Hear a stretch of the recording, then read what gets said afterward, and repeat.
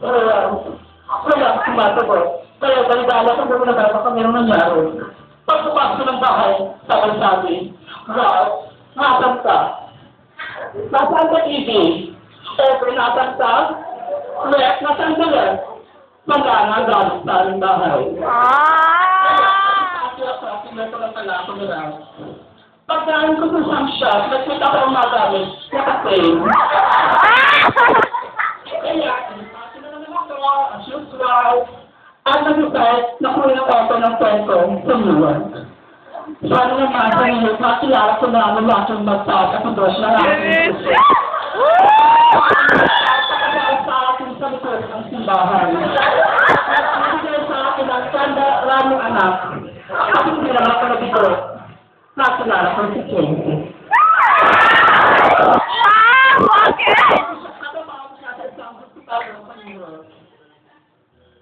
John. Dapat nita ko talaga sa kanya. Hindi ko lang mas-play ang tilo ko. Tuk, tuk, tuk. Grabe na. Kaya, tulad ko ito.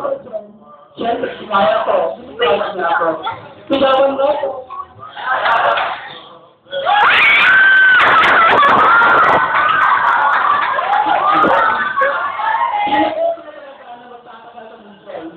Ngunit, isa ang araw. Pinawagan ko naman si Jen ang rato ng row. Jen! Jen! Nagusap na sila? Ano lang sumasagot? Nakita niya lang ako ulit. Jen! Mami mo!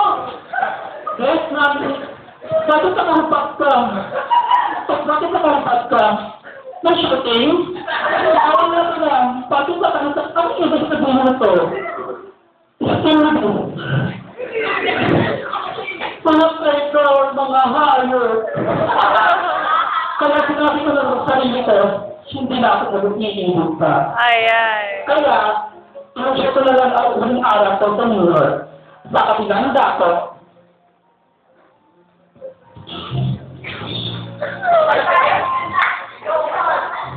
Good morning, Mom!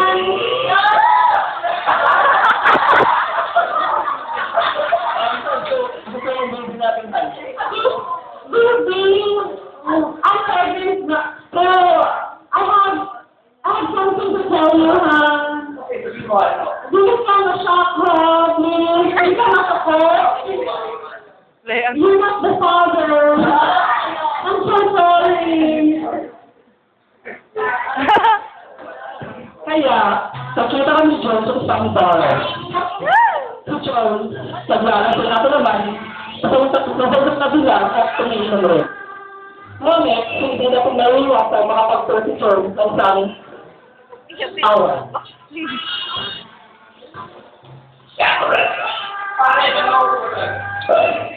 Pare, meron ba? Sorry.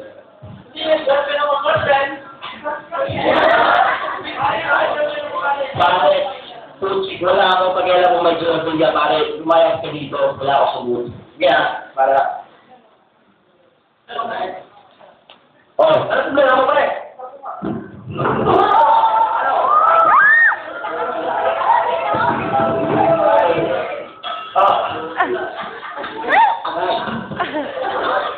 Nakalinig ako daw. Aray. Nasa isang sulok na ako, tumulong sa isang mama. Sino ko na siya? Diyan mo. Ayan! Tutulungan ko ba siya?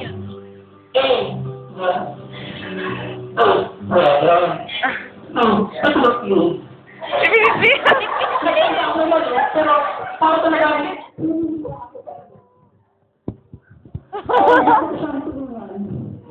pagkakita ko sa mukha niya.